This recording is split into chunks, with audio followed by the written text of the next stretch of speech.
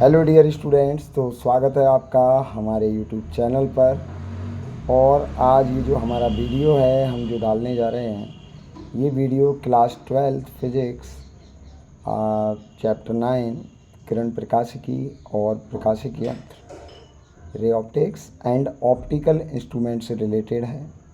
तो please video complete देखिएगा, miss मत कीजिएगा। इस वीडियो के माध्यम से हम आपको आज जो एग्जाम्पल्स हैं एनसीईआरटी के वो सारे करवाने जा रहे हैं चैप्टर 9 के। तो कंप्लीट वीडियो देखिएगा और जितना हो सके उतना शेयर कर दीजिए, सब्सक्राइब कर दीजिए, ताकि आपको और भी हमारे जो इंटरेस्टिंग वीडियो हैं, जो कंसेप्चुअल वीडियोज हैं, वो आपको मिल सकें। ठीक है, तो वीडियो को स्टार्ट करते हैं। Hello dear students, welcome in my YouTube channel. तो वीडियो को स्टार्ट करते हैं और आज हम चैप्टर 9 रे ऑप्टिक्स के कुछ उदाहरण हैं क्लास 12 फिज़िक्स के, उन पर बात करने जा रहे हैं, उनको समझने जा रहे हैं भाई। जैसे उदाहरण एक है, ये तो हमें याद सा ही है लगभग, और किस तरीके का उदाहरण है भाई ये उदाहरण ऐसे है कि जैसे ये कोई अवतल दर्पण है और अवतल दर्पण के आधे भाग को ऐसे हम ढक देते हैं किसी अपारदर्शी पदार्थ से। समझे? क्या हुआ है कि कोई दर्पण है, उसका आधा भाग रंग दिया गया है। इसको सामने से देखें तो सामने से ऐसे दिखेगा, जैसे हम आधे भाग को क्या कर दें, किसी अपारदर्शी पदार्थ से ढक देते हैं। तो क्या होगा भाई, पहले जितनी लाइट जा रही थी अब लाइट उससे आधी जाएगी। इसके अंदर ये जो आधा भाग है ना, इसका, इस अवतल दर्पण का जो आधा भाग है, वो क्या करेगा, वो तो पूरा प्रतिबिंब बनेगा। तो हम ये कह सकते हैं कि प्रतिबिंब मतलब इमेज पूरा बनेगा। प्रतिबिंब तो पूरा बनेगा, लेकिन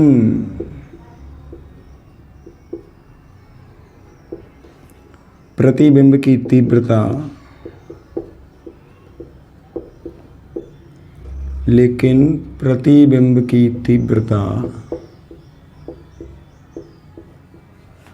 कम हो जाएगी।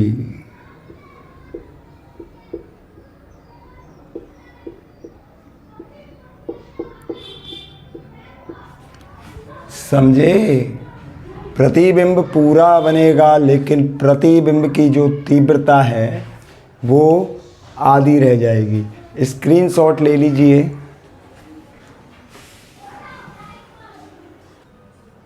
हो गया? तो प्रतिबिंब पूरा बनेगा, लेकिन तीव्रता उसकी आधी रह जाएगी। उदाहरण एक हो गया भाई, 9.1 है ये उदाहरण एक। क्या है? 9.1 है। अब बात करते हैं उदाहरण 9.2 की। ठीक है, 9.2 क्या है? और ये उदाहरण ये कह रहा है कि जैसे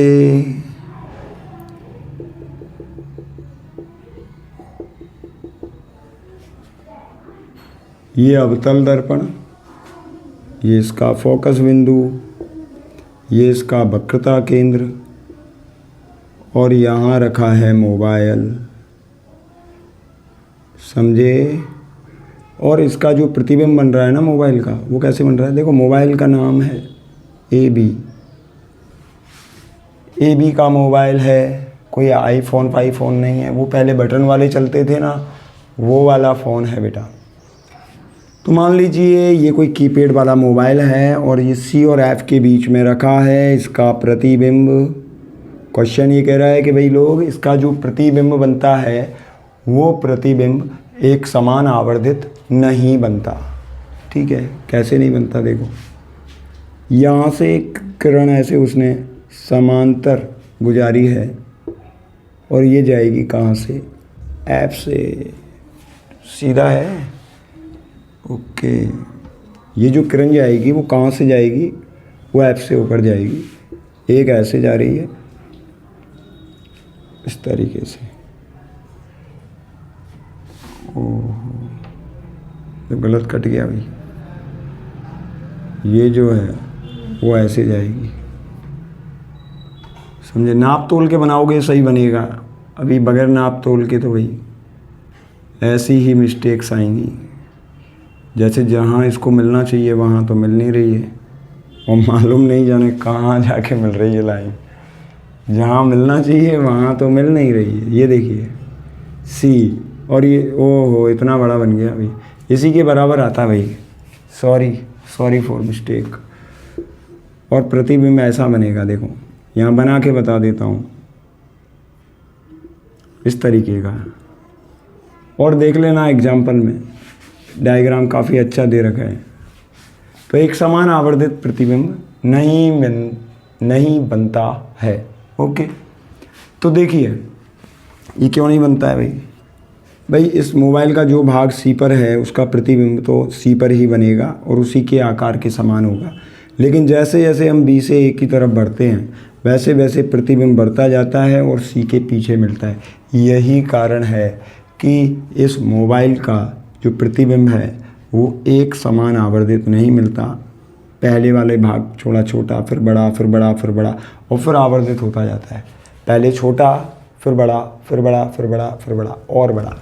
ठीक है, तो ये जो प्रतिबिंब है वो आवर्धित जो होता है वो एक समान रूप से नहीं होता और वो असमान रूप से आवर्धित होता है। ठीक है, यही कारण है। समझ गए। 9.3 की बात करेंगे। थ्योरेटिकल क्वेश्चन है भाई, ये कोई ज़्यादा खास क्वेश्चंस नहीं है। चलिए 9.3 यहाँ से स्टार्टिंग होती है अपने अच्छे वाले न्यूमेरिकल्स जो इंटरेस्टिंग होते हैं और कैलकुलेशन की उनमें भरमार होती है, कैलकुलेशंस की भरमार होती हैं। तो ऐसे जो क्वेश्चंस हैं वो मुझे भी अच्छे लगते हैं और मैं उम्मीद करता हूँ आपको भी काफ़ी अच्छे लगते होंगे। लगते हैं कि नहीं? लगते तो हैं भाई। ऐसा कीजिए, जब तक मैं अपना पसीना पहुँच रहा हूँ तब तक देखो कितनी मेहनत कर रहा हूँ भाई। इतनी मेहनत हो रही है कि पसीना पसीना हो रखा है, लेकिन आप लोग इस मेहनत को यूं ही व्यर्थ जाने दे रहे हो। बेटा शेयर कर दीजिए, जितना हो सके उतना शेयर कर दीजिए। तो देखिए 9.3 एग्जाम्पल नंबर 9.3 एनसीईआरटी का ही है। और क्या कह रहा है, एक भाई अवतल दर्पण है। तो चित्र बना के समझाऊंगा, क्योंकि चित्र बना के जो देख लेता है ना आदमी वो भूला नहीं जा सकता, उसको भूल नहीं सकता। ये कह रहा है भाई यहाँ बिंब रखा है और बिंब रखा है, अभी बता दूंगा कितनी दूरी है। बिंब रखा है 15 सेंटीमीटर पर। ये जो है यहाँ से आपतित किरण की दिशा ऐसे होगी, तो इधर की तरफ की जितनी भी दूरियां हैं वो चिन्ह परिपाटी से ऋणात्मक होने वाली हैं। इधर की तरफ की जो दूरियां हैं वो सब धनात्मक होने वाली हैं। अवतल दर्पण की जो वक्रता त्रिज्या है वो किधर होगी, इधर ही तो होगी, ऋणात्मक दिशा में। ठीक है, तो वक्रता त्रिज्या वो हमें दे रखी है, नेगेटिव में ही आएगी, -15 सेंटीमीटर, 15 बोला है उसने। ठीक है, हमें क्या क्या चीज़ें निकालनी हैं। हमें एक तो प्रतिबिंब की स्थिति, एक उसकी प्रकृति और एक उसका आवर्धन। 3 पॉइंट्स हैं जो हमें निकालने हैं, समझे। स्थिति, प्रकृति, आवर्धन। स्थिति पता लग जाती है किससे, बी से। प्रकृति का पता लगता है चिन्हों से। किससे पता लगता है, चिन्हों से। और चिन्ह भी किसके, यू और बी के। आवर्धन का पता लगता है एम से। इनसे पता लगता है भाई, समझे। तो वक्रता त्रिज्या दे रखी है, यू हमें दे रखा है चलो पहले फोकस दूरी निकाल लेते हैं। F is equal to R/2 कितनी बनेगी -15/2। ठीक है, फिर वो कह रहा है कि भाई अगर बिंब 10 सेंटीमीटर पर स्थित है तो बिंब भी ऋणात्मक होगा, ऋणात्मक दूरी है, इधर की तरफ है ना, इसलिए दूरी कैसी होगी भाई, ऋणात्मक होगी। तो u की वैल्यू मैं लिख देता हूँ, कितनी होगी -10 सेंटीमीटर। अब हमें सबसे पहले क्या निकालना है, स्थिति निकालनी है कि जो प्रतिबिंब बनेगा उसकी स्थिति क्या आएगी। तो दर्पण सूत्र लगा दीजिए, दर्पण सूत्र से 1/v + 1/u is equal to 1/f होता है। यहाँ से 1/v बनेगा 1/f - 1/u। चिन्ह परिपाटी सहित रखता हूँ value 1/v is equal to 1/f मतलब -2/15। ठीक है, और माइनस 1/u मतलब -1/10। ओके, ये 1/v आ गया। LCM वगैरह लेंगे और सॉल्व करेंगे, -1/30 आना चाहिए, तो b आएगा निकल कर -30 सेंटीमीटर। अब u और b के साइन क्या हैं, सेम हैं, चिन्ह समान हैं, तो जिधर बिंब बन रहा है ना उधर ही प्रतिबिंब बनेगा, जिधर बिंब बन रहा है उधर ही प्रतिबिंब बनेगा। फर्स्ट पार्ट है इसका न्यूमेरिकल का। तो स्थिति कहाँ आने वाली है भाई, इस P बिंदु से, पोल से, ध्रुव से उसी तरफ आनी चाहिए जिधर u है। अब इधर ही आएगी तो इसका मतलब क्या हुआ भाई, स्थिति तो आ गई 30 सेंटीमीटर। ध्रुव से ऋणात्मक चिन्ह हमें केवल क्या बता रहा है कि ध्रुव से दाहिनी ओर, समझे, ये ऋणात्मक चिन्ह दिखा रहा है हमें कि दाहिनी ओर है। फिर प्रकृति, वही दर्पण के आगे ही तो बन रहा है प्रतिबिंब, तो प्रकृति कैसी होनी चाहिए, प्रकृति होनी चाहिए वास्तविक और उल्टा। प्रतिबिंब बनेगा वास्तविक और उल्टा। ठीक है, आवर्धन के लिए क्या निकालना है, स्क्रीनशॉट लेना है, स्क्रीनशॉट ले लीजिए।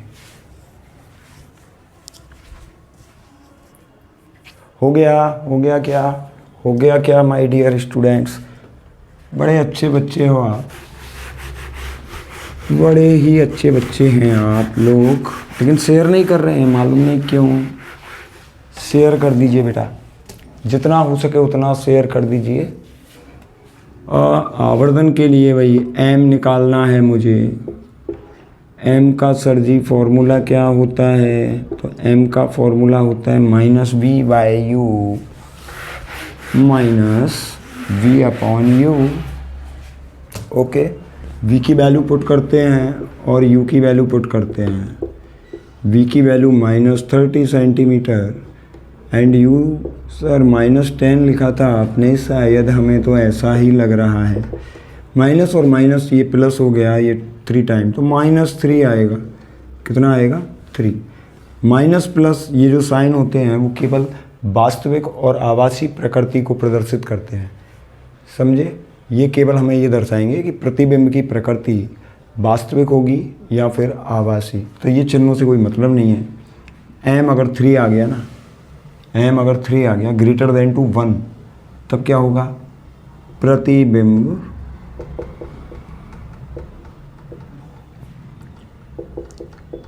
बिंब से 3 गुना, बिंब से 3 गुना आवर्धित प्राप्त होगा। प्रतिबिंब बिंब का 3 गुना आवर्धित, प्रतिबिंब बिंब का 3 गुना आवर्धित प्राप्त होगा। हाँ, 2 बार रिपीट हो गया क्या, मिटा दें, इरेज कर दिया जाए। इसका जो सेकंड पार्ट है वो आप ही करना, खुद करना, सेल्फ। ठीक है, सेकंड पार्ट छुड़वा रहे हैं इसका हम, क्योंकि इसी के जैसा है। ये 3 चीज़ें निकालनी है केवल, कोई ज़्यादा लंबी चौड़ी भाग दौड़ है नहीं। बहुत इजी क्वेश्चंस हैं, अगर इनको ढंग से समझ के किया जाए ना, बहुत इजी और बहुत ही ज़्यादा इंटरेस्टिंग क्वेश्चंस हैं। ठीक है बेटा लोग, एक और क्वेश्चन 9.3 हो गया।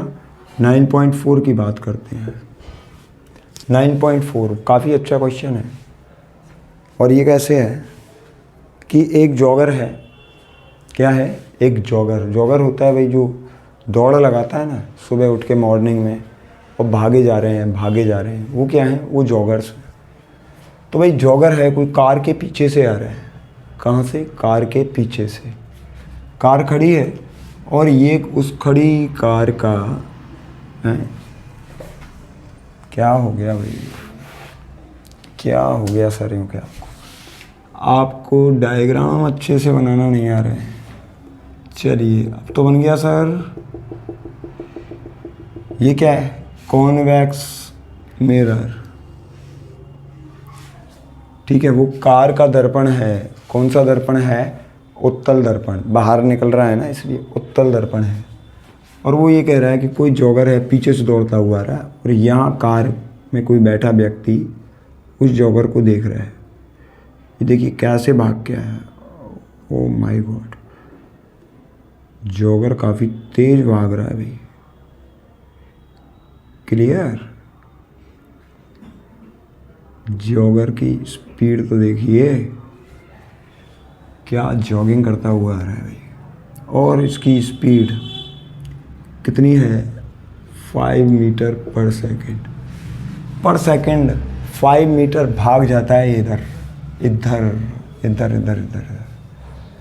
और कोई यहाँ बैठा है, ऐसे बैठा है, और यहाँ साइड मिरर में क्या कर रहा है? देख रहा है उसको पीछे से आता हुआ। उस जॉगर को वो साइड मिरर में देख रहा है पीछे से आता हुआ, और वो 5 मीटर पर सेकंड से जॉगिंग कर रहा है। समझे? तो वो 5 मीटर पर सेकंड से जॉगिंग कर रहा है। तो ये कह रहा है कि भाई, क्वेश्चन हमसे ये कह रहा है कि बताइए इसमें वो कैसे दिखेगा हमें, इसमें वो कैसे दिखेगा। ठीक है, तो ये दूर होगा तो प्रतिबिंब यहाँ पास बन जाएगा, यहाँ कहीं बनेगा। ऐसे बना दूँ क्या? फिर ये और थोड़ा पास आ जाएगा, यहाँ ये जॉगर। चलिए यहाँ आ गया, ये यहाँ आ जाएगा कुछ टाइम बाद। तो इसका प्रतिबिंब और पीछे चला जाएगा। इसका प्रतिबिंब कहाँ चला जाएगा? और पीछे। ये इसकी पोजीशन पहले ए है, इसकी फिर बी है, और ए डैश कब होगी? जब ये यहाँ है, और ये होगी बी डैश।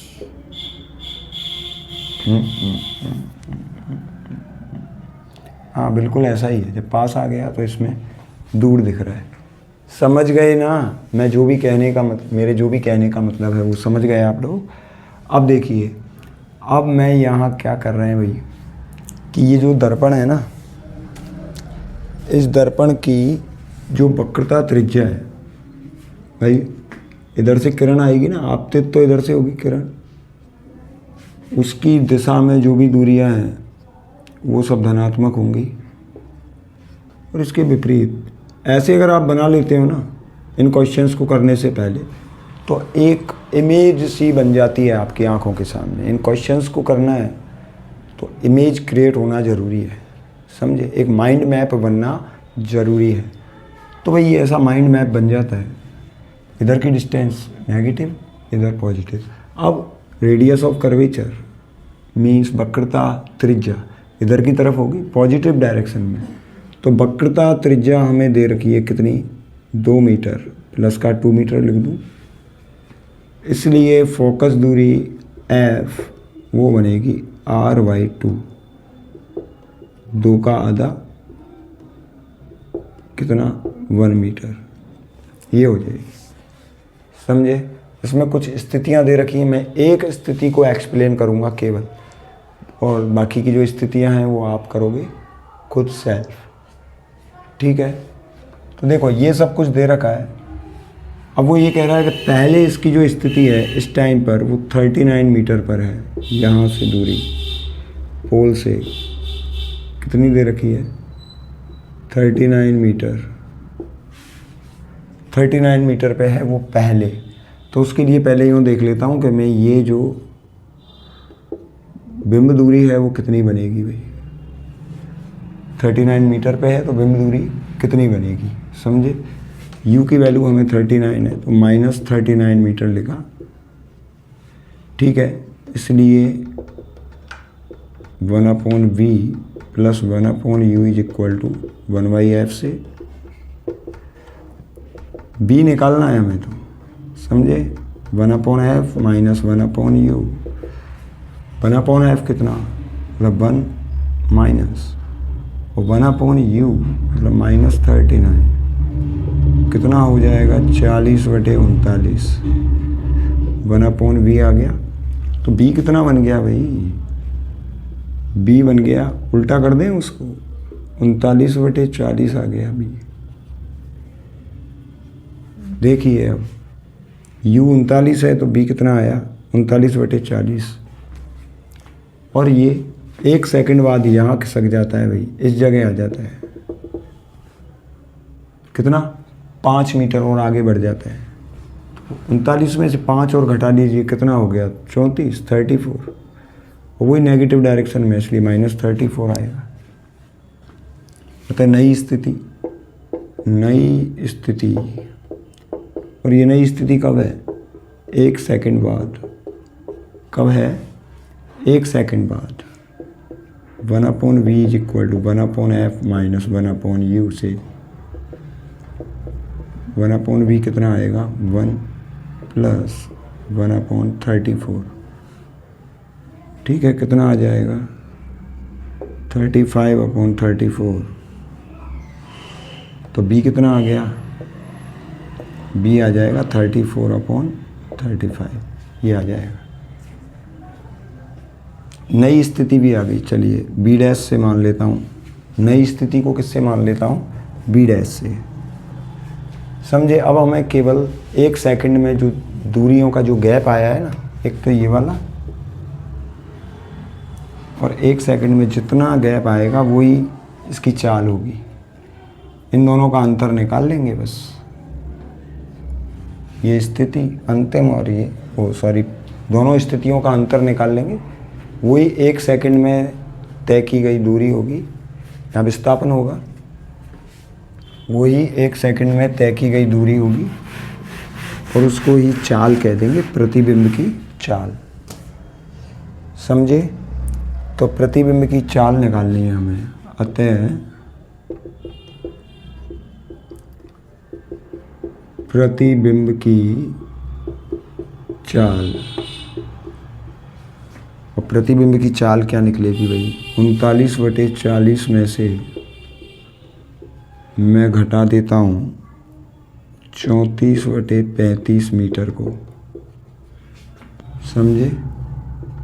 कितना आ जाएगा, ये आ जाएगा 1/280 मीटर, और ये पर सेकंड चल रहा है, ध्यान रखना पर सेकंड है, समझे कि नहीं। 1 सेकंड के लिए तो कैलकुलेट कर रहे हैं, इसलिए जो दूरी है वो ही बेग बन जाएगी, जो दूरी आएगी वो ही बेग बन जाएगी, ठीक है। स्क्रीनशॉट ले लीजिए इसके, जो बी सी और जो आगे के भी जो पार्ट हैं BCD, शायद B, C, D, वो आप स्वयं करें,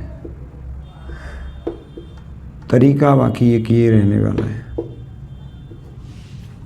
तरीका बिल्कुल सेम ऐसा ही रहेगा जैसे कि ये जो अपन ने क्वेश्चन किया है पूरा कंप्लीट, उसी के जैसा तरीका रहेगा। तो इसको खुद से करें भाई, फिजिक्स में अगर आप लोग प्रैक्टिस नहीं करोगे तो फिजिक्स सॉल्व नहीं होने वाली, आपको खुद इसे सॉल्व करना पड़ेगा, ठीक है। तो ये हो गए 9.4 एग्जाम्पल नंबर। अब बात करते हैं हम नेक्स्ट एग्जाम्पल 9.5 की।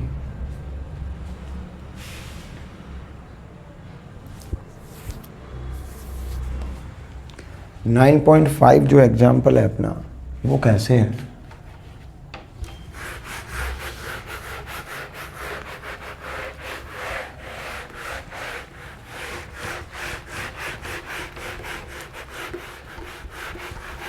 Nine 9.5 red FM।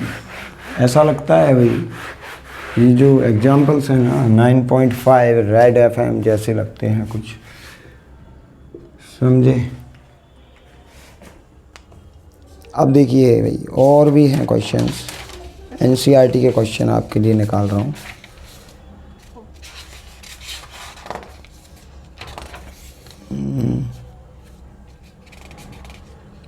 हाँ जी, तो एक क्वेश्चन और दे रखा है भैया कि एक वक्र पृष्ठ है, ऐसे कोई माध्यम ही है, अलग अलग माध्यम है, समझे, और ये वक्र पृष्ठ है और इसके सामने कोई स्रोत है। ऐसा स्रोत बना दूं क्या? ये कोई प्रकाशीय स्रोत है जो बिंब जैसा बनाया है मैंने, और इसकी जो त्रिज्या होगी वो हम ये शो कर देते हैं, वक्र पृष्ठ की त्रिज्या r। भाई प्रकाशिक किरण इधर से तो आपतित होगी ना, तो इस दिशा में जितनी भी दूरियां होंगी वो सब धनात्मक होंगी। इस दिशा में जो दूरियां धनात्मक होंगी और इस दिशा की सारी दूरियां वो सब ऋणात्मक होंगी। इस दिशा में धनात्मक और इसके विपरीत क्या होंगी? वो सब ऋणात्मक होंगी। क्वेश्चन हमसे ये कह रहा है भाई वक्रता त्रिज्या इसकी 20 सेंटीमीटर है, धनात्मक ही ली जाएगी ना, तो वक्रता त्रिज्या r बराबर 20 सेंटीमीटर है। ये हवा है और ये है कांच, दूसरा माध्यम है, ये है कांच। इसका अपवर्तनांक n2 है जो हमें दे रखा है 1.5, समझे।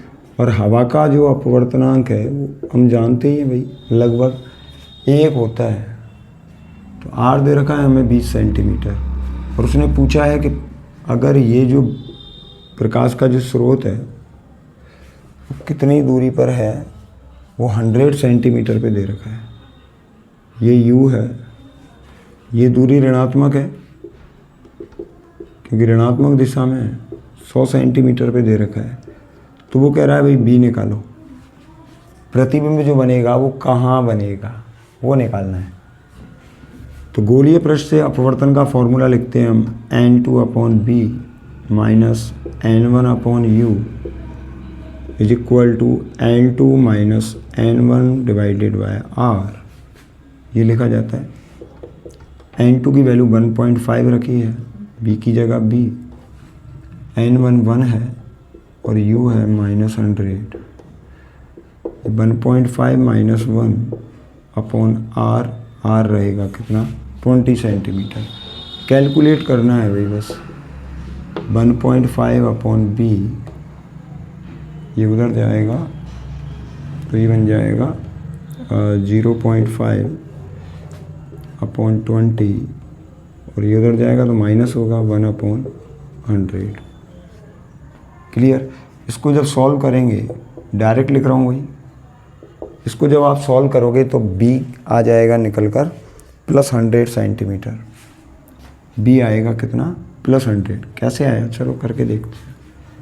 1.5 इसको लिख सकता हूँ मैं 15/10b, इसको लिख सकता हूँ 5/20, 20 × 10, 20 × 10, और ये 1/100 कितना आ जाएगा भैया एलसीएम? ये 200 आ जाएगा,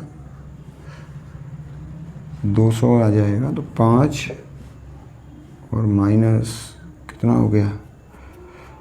2 बार 3/200 आएगा, 15/10, 3/200, ठीक है। ये 30 हो जाएगा ना, कितना हो गया? 30, 15 दूनी 30।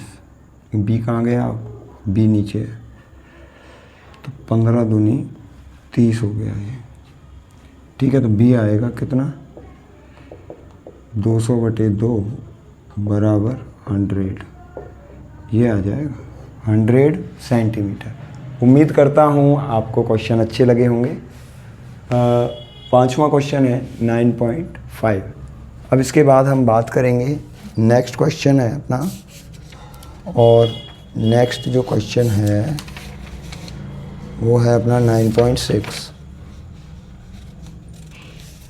ठीक है। नेक्स्ट जो अपना क्वेश्चन है वो है 9.6। तो 9.6 शायद कोई क्वेश्चन मिस हो रहा है, तो आप इसका स्क्रीनशॉट ले लीजिए तब तक यहाँ तक। ठीक है, तो बेटा लोग आज हम अपने इस वीडियो को यहीं रोकते हैं, यहीं विराम देते हैं। 5 एग्जाम्पल हो चुके हैं आपके। नेक्स्ट वीडियो में जो भी रहे पहे जो भी 3 जो एग्जाम्पल्स हैं वो हम आपको ज़रूर कराएंगे। ठीक है, तो बने रहिएगा हमारे YouTube चैनल पर। अगर वीडियो अच्छा लगे तो वीडियो को शेयर कर दीजिएगा, समझ में आया हो तो भी आगे शेयर कर दीजिएगा, क्योंकि जो और भी स्टूडेंट्स हैं वो हमसे जुड़ सकें और उनको ऐसे ही कुछ हम एग्जाम्पल्स करा सकें। जो हमसे हो सकेगा वो हम आपके लिए करेंगे। तो इतना तो फ़र्ज़ आपका भी बनता है कि आप जो हमारे वीडियोज़ हैं इनको ज़्यादा से ज़्यादा शेयर कर दीजिएगा, ज़्यादा से ज़्यादा शेयर करके और हमें सपोर्ट प्रोवाइड कीजिएगा।